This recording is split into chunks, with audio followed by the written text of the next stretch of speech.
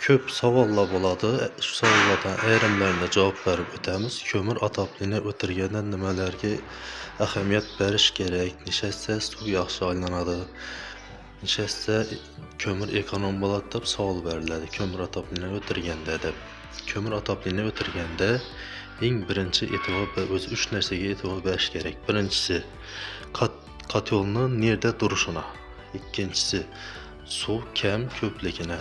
Üçüncüsü padaç obratgani metrine. Padaç obratga degani kotyoldan eng oxirgi batareya necha metr uzoqlikda. Ana shunga e'tibor berish kerak. Iloji boricha kotyolni o'rtada qo'yish kerak. O'rta degani joyimiz o'rtasida planlashtirib, har yoq batareyalar bu yoq o'ng tarafında batareyalar, chap tarafında bo'lishi kerak. O'ngda 5-6 batareya, bu yoqda 4-5 batareya bo'lsa yaxshi zo'r aylanadi. Kotyol qachon qizdiradi? Kotyol 70 gradus kamida 70 gradus ketgan suv obratgadan 30 gradus bo'lib qaytib kelishi kerak. Ana kotyol shundan keyin o'zini kuchini ko'rsatib boshlaydi. Birinchi ahamiyat beradigan yeri shu. Kotyolni nereye qo'yish. Ikkinchisi suv.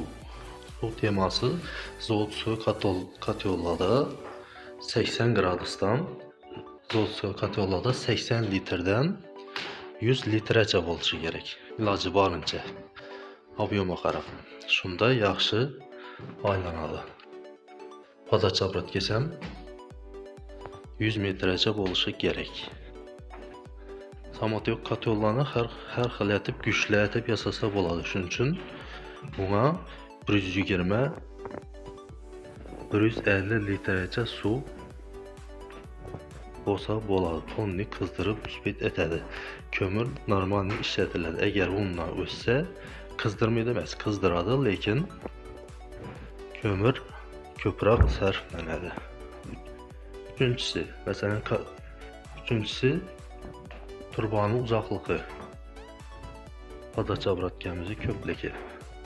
Kotyolumuzdan uzoqi 15 metr, 20 metr, oxirgi batareya 15 metr ariqda bo'lsa, kotyolumuz zo'r ishlaydi. O'sha borib aylanib kelib uspet etadi. Agar 25 metr, 30 metr bo'lsa, kotyol to'g'ri sovuq suvni italab yotaveradi. To'g'ri italadi, u qaytib kelish yo'q. Kesadam 10 gradus, 15 gradus. O yana kotyol o'chmin ishlayveradi. Kömür sarfi ko'payadi. Shuning uchun kömür ataplini o'tirish istagida yurgan yurtdoshlarimizni shu 3 narsaga ahamiyat berishini so'rayman. Tungilarda bir-ikki joylarga borib ko'rsak, o'lchasak, uyni oraq mushunda kotyoldan saq qo'yibdi. Bayaq mushuna oxirgi batareya bayaq mushunda. O'sha 140 metr, 150 metr padaç obratga ketadi u. Bu o'sha issi boradi batareyaga. 70 borsa, batareyaga tushuncha 50, o'sha bu yoqqa kelincha 10 gradus bo'lib qoladi. Bu kömür sarfini ko'paytiradi. Qizdirmaydi emas, batareya qizadi, o'sha xonani jonli qizdirib berilmaydi. Keyin ertang batareya qizib yotdi, xona qizmaydi degan savollar paydo bo'ladi. Shuning uchun maslahatim shu 3 narsaga e'tibor berishlarini so'rab qolamiz. Ustalara farqi yo'q. Ko'p ustalar hali kömür ataplini bilan gaz ataplini farqına bormaydi. Kömür ham shu gaz deyin, gaz ham gaz deyin, ataplinidan o'tirib yurtdilar. Uning bo'lmaydi. Vaqtda bir joyni borib ko'rganimizda 180 shtuk cho'yin batareya qo'ygan va Moskovskiy 50 batareyadan. Endi uni bilgan biladi.